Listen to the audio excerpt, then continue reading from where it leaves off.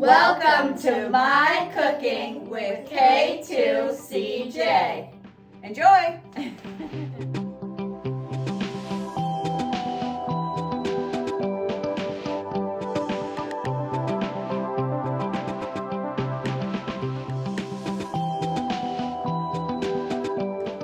So today we are once again using the Fannie Farmer Cookbook, and Charlotte's going to tell us which recipe we're using. I will open it up for you. So we're using the cottage pudding upside down cake, and for the fruit we're using apples. So usually when I have made this in the past, I have used canned peaches as the fruit, but we're using apples today, fresh apples, which will be just fine. But you can use any kind of canned fruit that you might have, or fresh fruit. You could use berries. You could use pineapple for a traditional pineapple upside down cake. But this cottage pudding batter works really well for this type of cake. So we've got our 8x8 cake pan and measuring cups, butter, brown sugar, 1 egg, baking powder, salt, flour, sugar, and 2 apples. Set the oven at 400. Butter a shallow cake pan, 8x8 inches, a small angel cake pan or cup of cake. I'm going to turn the oven on to 400. Okay, so that's getting warmed up, and I am going to use my coconut oil spray. There we go. So that's all ready. And now we're going to do our cake batter, our cottage pudding batter. As soon as I won't bother to do that right now. Sift together 1.5 cups flour, 2 teaspoons baking powder, half a teaspoon salt, half a cup of sugar. Yep. Flour. And then you can put the baking powder in. And then the salt. And I usually use Himalayan things. Add the sugar after, because the sugar is pretty well sweet.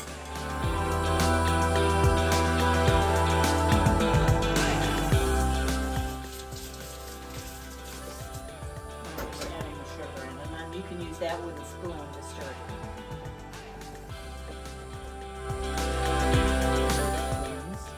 Which is 1 stick, and that equals half a cup. So that's exactly what we need, is half a cup of butter.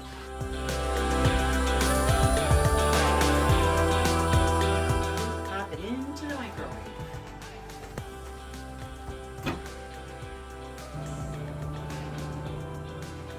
See if you can pull it before it dings. Oh, too early. See if Charlotte can beat the buzzer. No, too early. So we've got the flour mixture together. So the egg, the milk, and the butter. So you can pour the melted butter in. Is the milk in? We've got a cup of milk.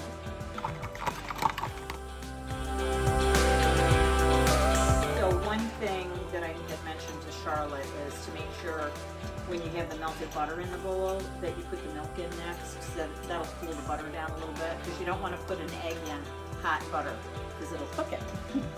And we don't want the egg to cook right now, so we want it to cook with the cake mixture. So she did a great job. Stir, and I think it looks pretty good, Charlotte.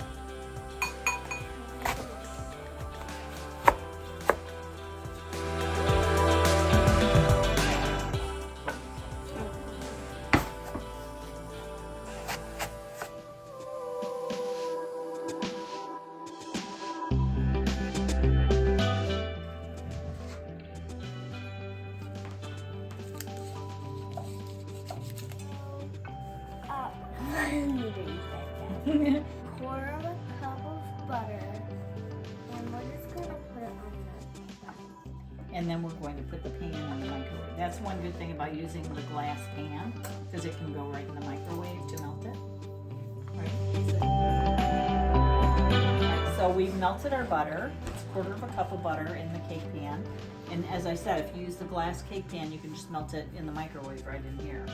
Now, we're going to arrange, we've sliced up our apples, so we're going to arrange the apple slices. And I think what we should do, because it calls for brown sugar also, so I think we should spoon some brown sugar.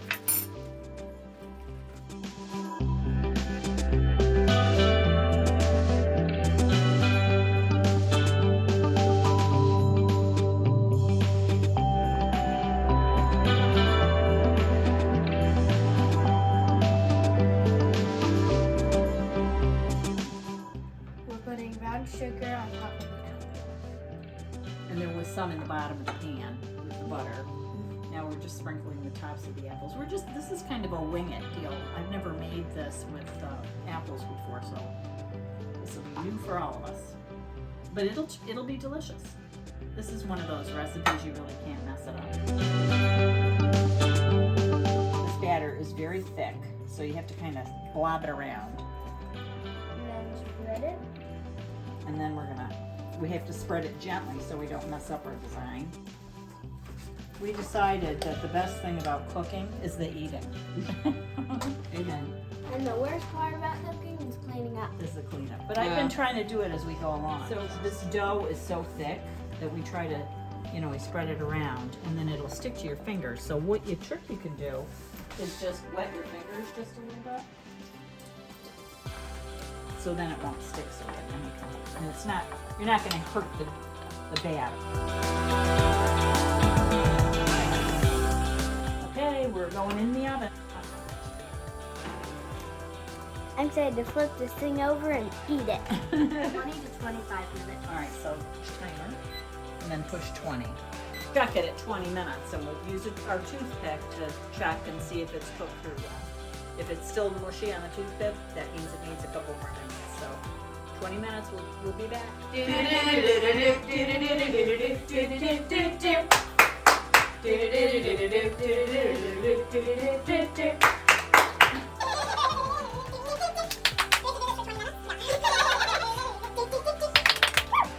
Coffee break!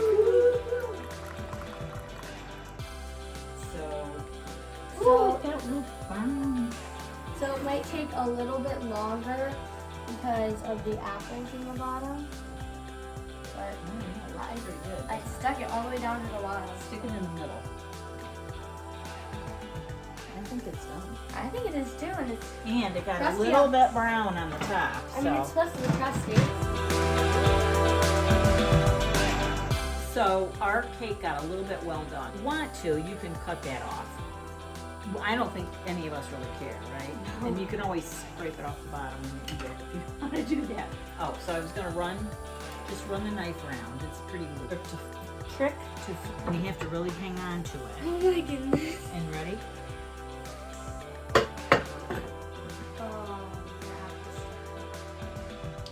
See?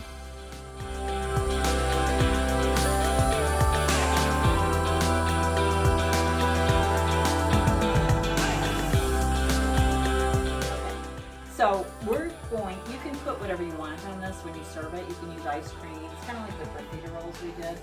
Whipped cream. We're going to use my handy dandy whipped cream dispenser. So I used to have one of these years ago, and I have no idea what happened to it, but I just ordered another one because I love them. And they're easy to use. You screw in the little nitrous oxide capsule. You put the tip on that you want. And then let's serve this. So let's cut it. Oh, there we Oh go. my, amazing. It didn't work the first time, but the second time. That's craziness. This one is a little more.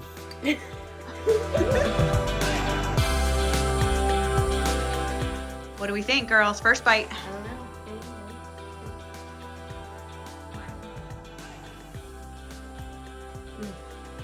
Good? Is it really sweet? It's amazing.